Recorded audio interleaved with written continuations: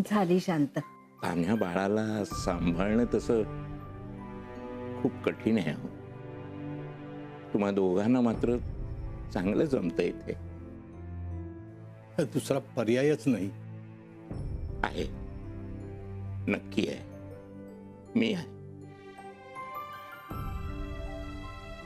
आपल्या या दोन कुटुंबांमधले संबंध पुढे कसे राहतील ते आताच काही सांगता येत नाही. पण मला विचाराल तर सगळ्यात महत्वाचा म्हणजे कुटुंब.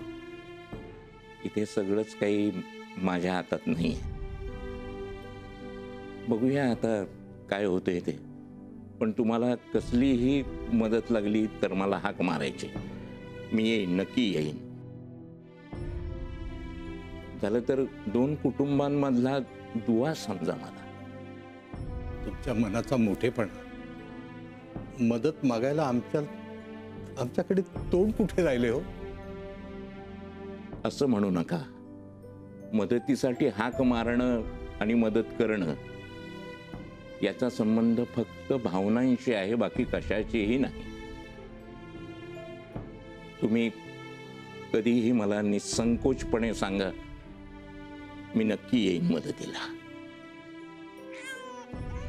मी जरा बघू का आपल्या ईशाला. तिला बहुतेक कळलंय आपले आणखीन एक पणजोबा आलेत भेटायला, म्हणून हाक मारतीये. अगं आई ये ना लवकर, 10 मिनिटं झाली मानसीला येऊन. ती कॉफी पण गार होती आता. काय करतायत काकू? काय काहीतरी कामात असेल कदाचित. आई अगं किती वेळ ती वाट पाहतीये केव्हाची, आणि कॉफी गार झाली त्याचं काय. घे. कशा आहात काकू?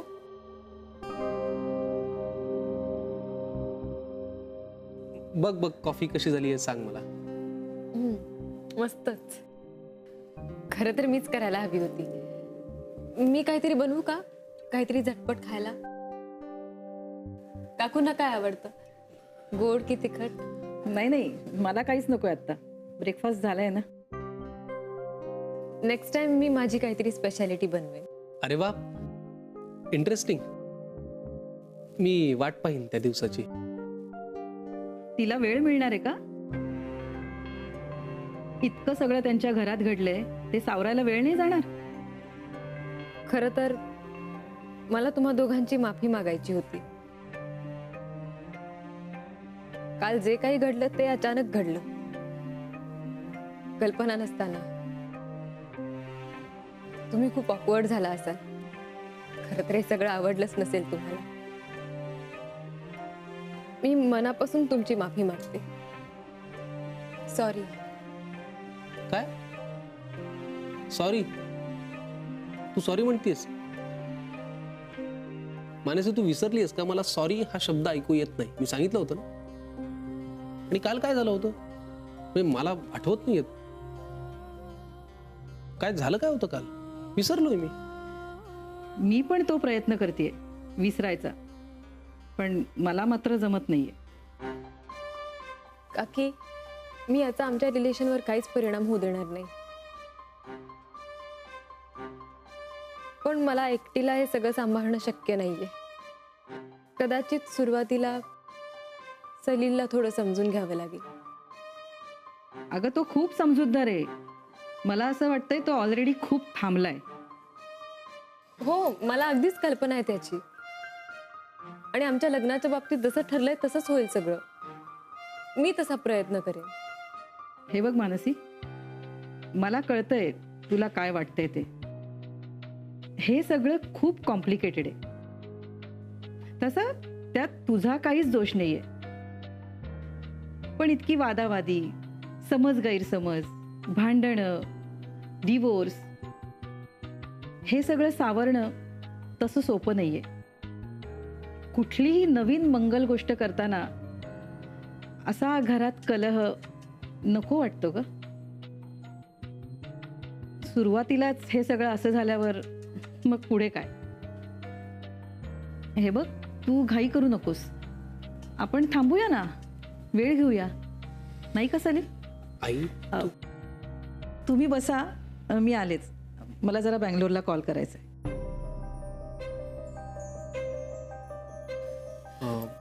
मी निघते सलीला. आज हॉस्पिटलमध्ये बऱ्याच केसेस आहेत. अगं पण मानसी, सलील आपण नंतर बोलू. मानसी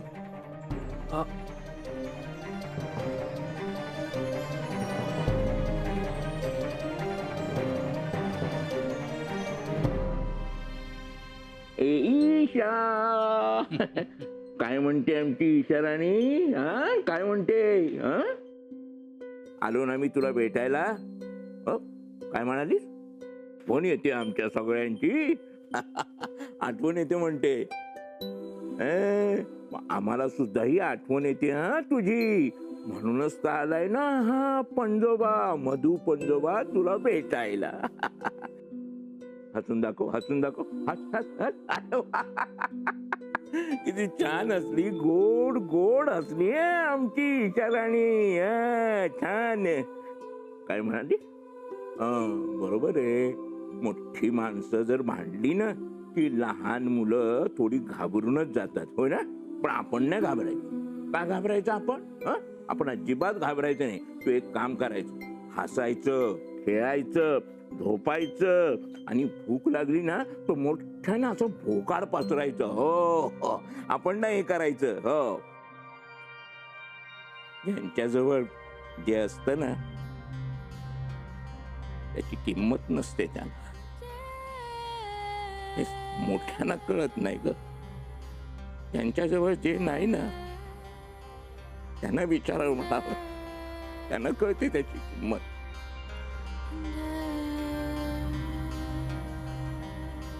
बघा कसं बोट ठरलं. काय कळतो या अजाण जीवाला? कळतं ना, प्रेम कळतं. हे बघ, तुला कधी आठवण झाली ना तर मला बोलवायचं ह्या तुझ्या मधू पंजोबाला आणि तुझ्या या या या पणजीला सांगायचं मधू पंजोबाला बोलाव म्हणून. मी लगेच येणार. हा येणार, मी येणार, हिच्यासाठी येणार.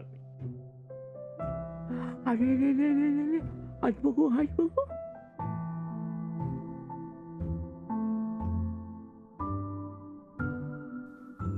कधी कधी वाटतं की आपल्याशी असं रस्त्यानी बोलावं, झाडांनी बोलावं, रस्त्यावरच्या खांबांनी बोलावं.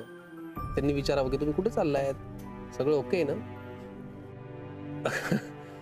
तुला मी वेडा वाटतोय का? नाही, काय सोबत असलेली व्यक्ती जर बोलत नसेल तर आता अशाच काही कल्पना येणार ना मनात. मानसी, मला माहिती आहे तुला टेन्शन आलं. आधीच घरात हे सगळं झालंय, त्यात आज माझी आई पण असं बोलली तुझ्याशी. पण मी तुला एक खरं सांगू, तू प्लीज तिचं बोलणं फार मनावर घेऊ नकोस.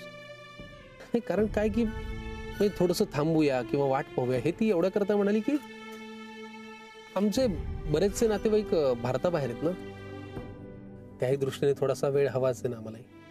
सलील, मला कळतंय की त्यांना हे आवडलेलं नाहीये आणि कोणाला आवडणार. त्यांनी त्यांची नाराजी स्पष्ट केली बस. नाही, काय मानसी की हे सगळं खूप असं अचानक समोर आलं ना, म्हणून तिच्यावर थोडासा परिणाम झाला, बाकी काय. थोडा नाही, खूप परिणाम झालाय त्यांच्यावर. आणि त्यांचं तरी काय चुकलं? त्यांना असं वाटतं की हे सगळं होणं म्हणजे आपली सुरुवात वाईट होण्यासारखंच आहे. असं काही नसतं मानसी. एखाद्या नात्याची सुरुवात होणं ही त्या व्यक्तींवरती अवलंबून असणारी गोष्ट आहे. त्याच्यात या बाकीच्या गोष्टींचा काय संबंध? पण जर तुझ्या आईला तसं वाटत असेल तर आपण काय करणार? आणि तू काय करणार? मानसी, मी तुला खरं सांगू, तिला थोडंसं वाईट वाटलंय मला माहिती आहे. पण तू प्लीज तिच्या बोलण्याचा फार विचार नको करू. मला खात्री तिला थोडासा वेळ द्यायला पाहिजे आणि जर तो दिला तर ती नॉर्मल नाही. आय नो, डोंट वरी, मी गैरसमज नाही करून घेणार.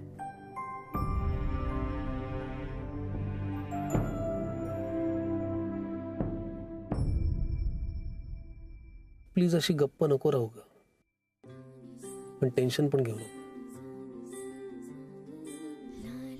मला ते आवडतही नाही आणि पाहत पण नाही. प्लीज. नाही राहणार, पण आपण आता परत कधी भेटायचं ते तू सांग. आता मी वाट बघी. बाय. बाय.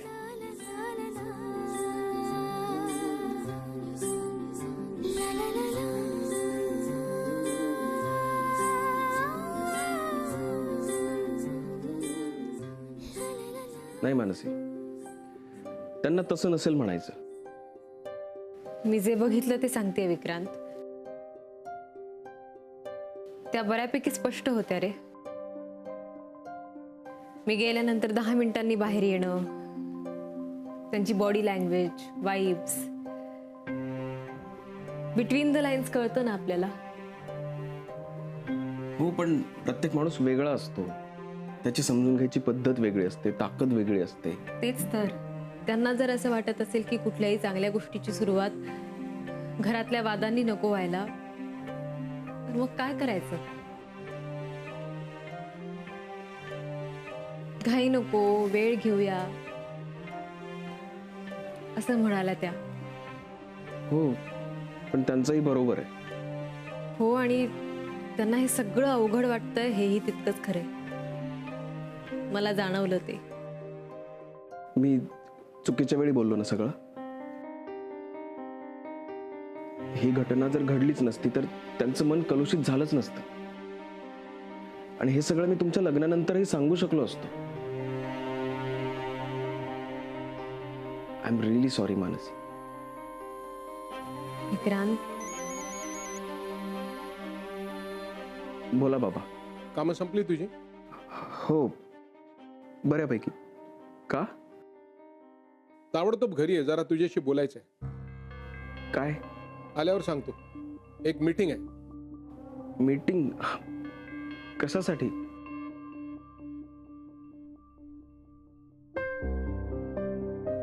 या घरात पुन्हा चांगले दिवस येण्यासाठी हे करणं गरजेचं आहे. पण खरंच चांगले दिवस पुन्हा या घरात येतील? का नाही, पण त्यासाठी आपण कोणीतरी पुढाकार घेतला पाहिजे.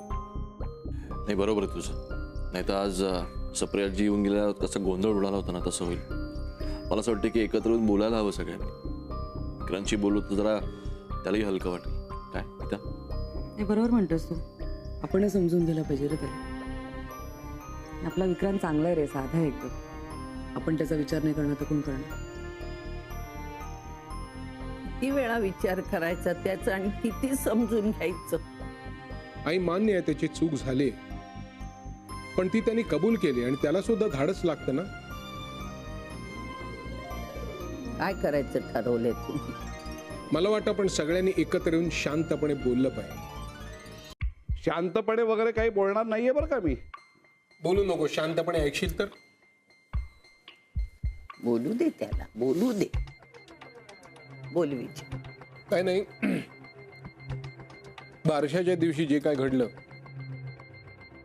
तसं आपल्या घरात कधी घडेल असं कोणाच्या स्वप्नातही आलं नव्हतं. पण जे घडलं ते घडलं. त्यानंतर आता पुढे आपण काय करायचं याचा शांतपणे विचार केला पाहिजे. त्यासाठी आज मी सगळ्यांना बोलवलेलं आहे. अरे कसले शांतपणे विचार करताय तुम्ही? नाही, हे मला अजिबात पटत नाहीये. मला यात घेऊ नका. विक्रांत, अरे आम्हाला सगळ्यांना असं अंधारात ठेवून तू का असं वागलास? एक मिनिट अलका, हे असं का आणि तसं का हे विचारायची ही वेळ नाही. जे झालं ते झालं. त्याच्या पुढे तो काय करणार आहे त्यात आपण त्याला मदत केली पाहिजे, हे जास्त महत्वाचं आहे.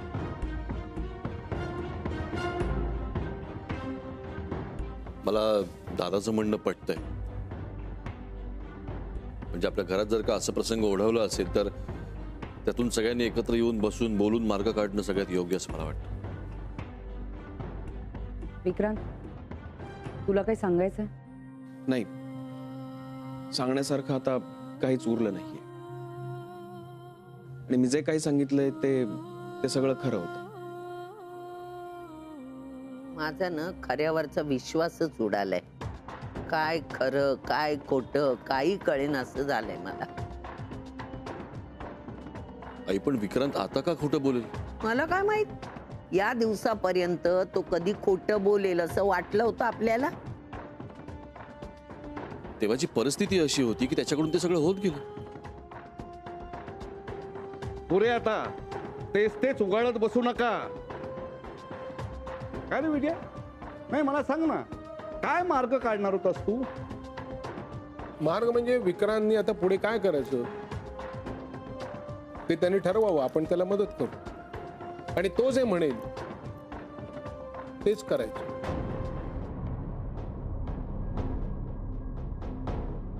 म्हणजे दळवी नसलेल्या त्या मुलीला सांभाळायला तुम्ही सगळेजण होकार देणार आहात?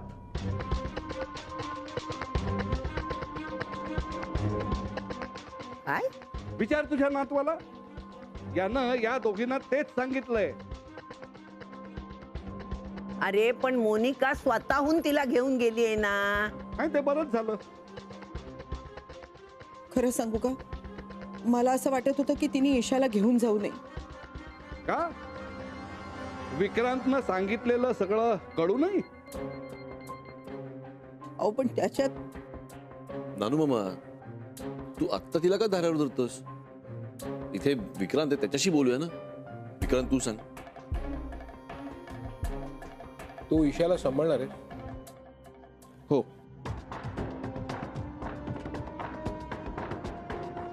का?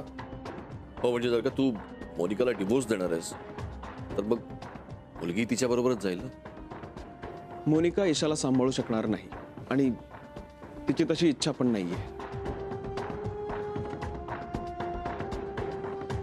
तिला इच्छा नाही आणि तिचं हे लोढणं हा गळ्यात अडकवून घेतोय. निघालाय त्या तान्ह्या बाळाला सांभाळायला. कशासाठी? याला ते जमणार आहे का हॉस्पिटल वगैरे सगळं सांभाळून? नानू मामा, हा डिसिजन मी खूप विचार करून घेतला होता. आता त्याची अंमलबजावणी कशी करायची ते मी पाहिन. ए बाबा, तुझी ही अपेक्षा नाही ना की आम्ही सगळ्यांनी त्या ईशाला सांभाळावं? नाही माई, त्याला अपेक्षा वगैरे तू काही विचारूच नकोस. याला स्पष्ट नकार द्या. माझी आता इथे एक क्षणभर सुद्धा थांबायची तयारी नाहीये. त्या मुलीला इथे आणण्यात माझा सक्त विरोध आहे.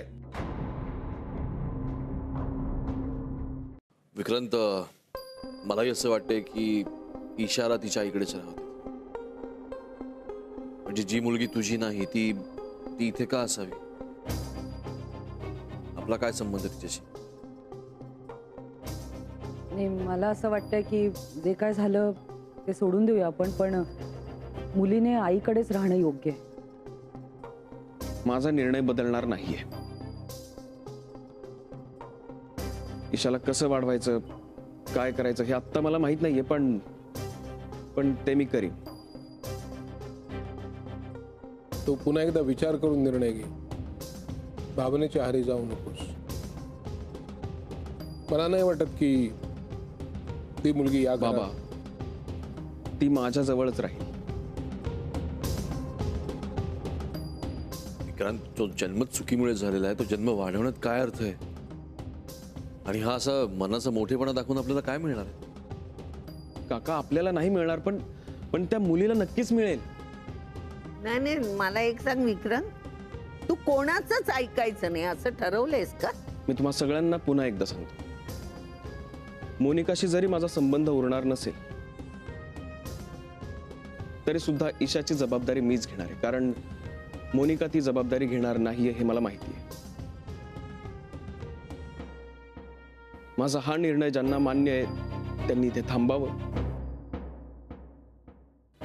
ज्यांना तो मान्य नसेल त्यांना मी नाही थांबवणार.